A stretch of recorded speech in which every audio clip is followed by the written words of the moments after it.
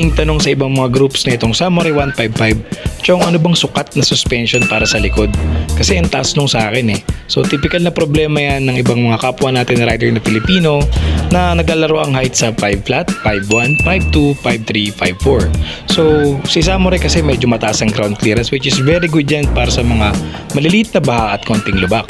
At ngayon i-upgrade natin tong Samurai 155 ni Airpat. Yung suspension niya na stock na 330mm, gagawin natin siyang maaabot na ni Airpat.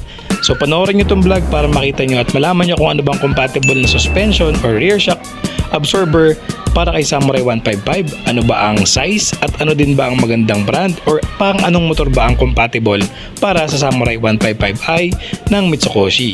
So let's go!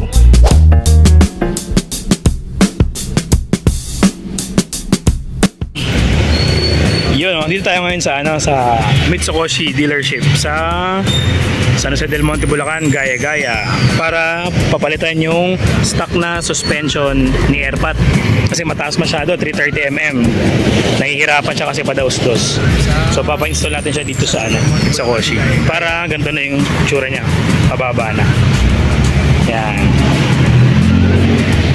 Tapos papa-adjust din natin yung front suspension dito rin sa Mitsukoshi. So syempre check muna ni Idol kung pasok nga yung binili naming suspension sa kanya bago niya kalasin yung buong Samurai.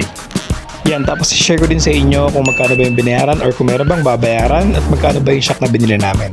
So for now, kinakalas na ni Idol yung cover ng gas tank and feeling ko tatanggalin din yung compartment seat ng Samurai 155. So baka nandoon yung tornilyo ng bracket na itong suspension kaya kailangan kalasin lahat. Shoutout muna kay Tropa, yung mekaniko na lang ng kumakalas ng Samurai 155 ni Airpat. Sobrang slowly but surely ng trabaho niya. Nung una na-confuse ako kasi sobrang tahimik niya.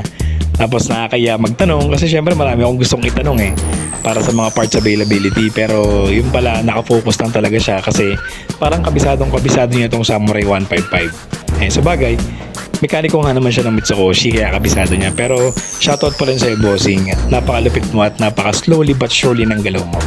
So yan, kinakalas niya na yung compartment storage nitong Samurai 155. Natanggalin na rin yung fuel tank cover. Ano kaya ang next niyang kakalasin? Exciting to. Kasi syempre para dun sa mga naka-Samurai, makikita nyo kung ano yung pwedeng gawin or kalasin sa inyo kapag nagpakabit kayo ng suspension ng Samurai 155 sa Mitsukoshi.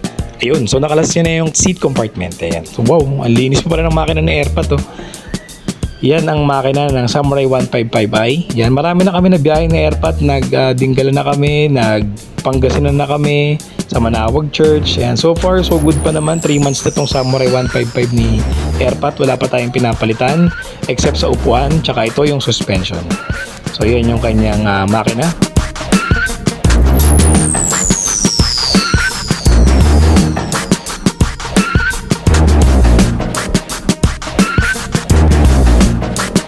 Ayan, kinakalas niya na yung fuel filter. Ayan.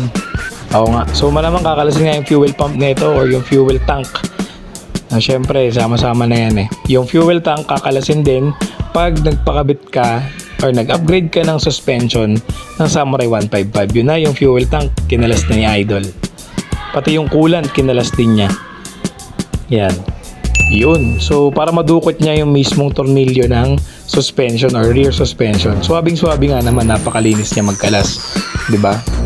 So talagang kabisado ni brother from Mitsukoshi itong Samurai 155. Nakalas niya yung fuel tank, yung coolant, tsaka yung underseat compartment para makuha niya yung tornilyo na itong suspension at para mapalitan niya na rin. Ngayon, nasa moment of truth na tayo. Sinisipat na ni brother kung pasok ba yung binili naming suspension para kay Samurai 155i. So sana pasok dahil itong stock ni Samurai is 330mm. Yan, dito naman ngayon sa may side na siya ng airbox. So may tornilyo kasi dito na nakakawit. Dinadahan-dahan lang talaga ni Idol yan. Napakalupit nito magkalas kasi isa-isa talaga niyang kinakalas. Kumbaga para siyang naka-manual step by step. Alam niya yung kakalasin niya. Kaya walang tumutulong, wala siyang katulong, mag-isa lang siya. Nakalas niya lahat yan. Di ba? So yan. Natanggal niya na yung tornilyo, mga bossing, ganun lang kadali. Dito naman siya sa may upper part ng suspension. kinakalas niya na yan. Di ko alam kung anong size ng suspension, di ko natanong sa kanya kasi ayoko siya storbohin mga idol. Kaya dun sa mga nagpapagawa ng motor, kapag alam nyo busy yung mekaniko, huwag nyo munang kausapin kasi medyo mahirap din yung trabaho nyo mga yan.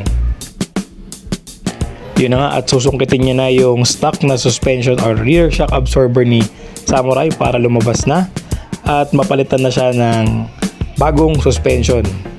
Ayan, so talagang dahan-dahan lang talaga ginagawa ni Idol yung mga sequence ng pagkalas niya. 'Di ba? Para at least suwabe, walang gas-gas, walang sasabit, walang mapuputol.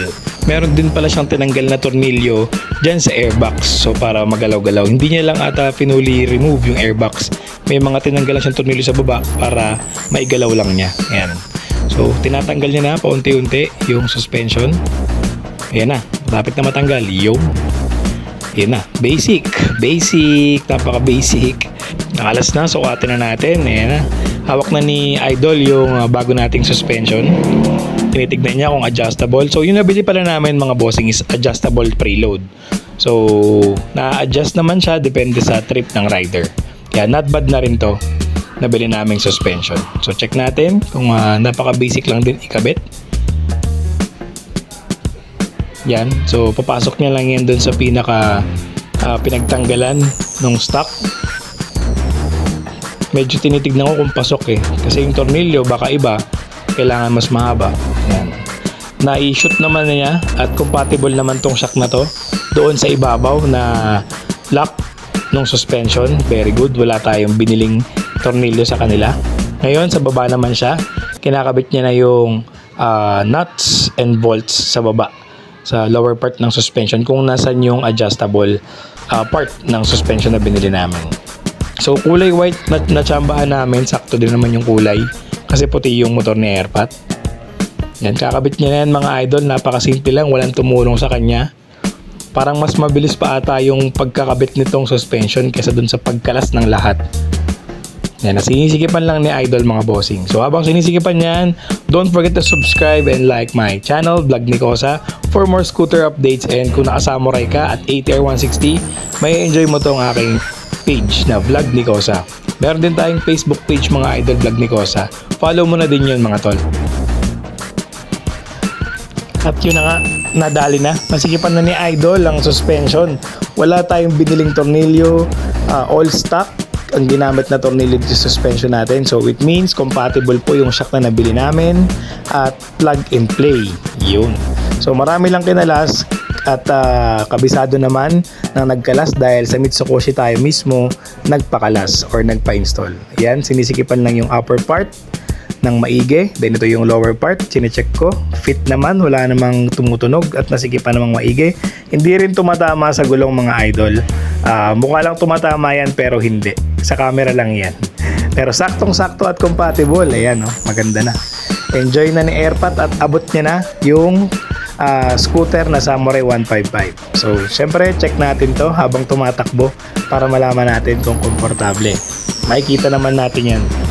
Parang mas umangas yung dating ng Samurai 155 nung bumaba ng konti. Naging maganda yung likuran niya. Diba? Naging lowered. Yan, so ang labor fee natin dito sa Mitsukoshi dahil nga upgrades ito is 300 pesos lang doon sa labor fee ng mekaniko or 350. Pero syempre, depende yan sa store siguro na mapupuntahan nyo. Pero para sa akin, sulit na yon kasi kita nyo naman yung kinalas niya. Halos lahat or buong parte na ng motor except sa makina. Para sa akin, parang mas safe yung ganong diskarte na dito kami sa mismong kasa dahil covered pa naman to ng warranty and napakaswerte ko din kasi nag-entertain sila ng mga ganitong upgrades or customize na setup kasi syempre usually pag stock lang sila, repair lang, may mga ganong kasa pero sila nag-install sila ng mga upgrades sa ganito and shoutout Mitsukoshi, gaya-gaya. Okay, so ngayon pakita ko naman kung anong shock yung nabili namin, kung magkano at kung anong compatible na suspension para sa Samurai 155. Bumili tayo ng HIRC na 300mm na pang click 150 or 160. So pasok naman yan sa atin pero feeling ko itong nabili ko pang 150 to. Swak na swak, plug and play, walang problema. So marami kang pwedeng bilhin nito sa Lazada, nasa 650 ang presyo. Pero pag sa shop, siyempre, nasa 1,211 ang presyo ng suspension na yan.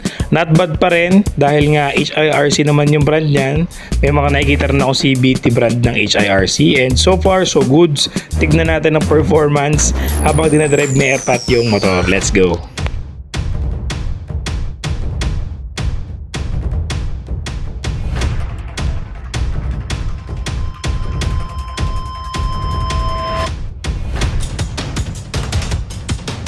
At sabi niya goods naman daw ang play at malambot. Mas maganda pa talaga compared sa stock. Syempre, upgraded na yan. And 300mm lang ang size. So, mas abot na niya kumpara dun sa stock. Yun. So, once again, nakatulong sana tong vlog na to para sa mga naka-Samurai 155 na hindi abot. Ito na po ang solusyon. Mag-upgrade kayo ng suspension ng likuran nyo. So, yun lang. Salamat!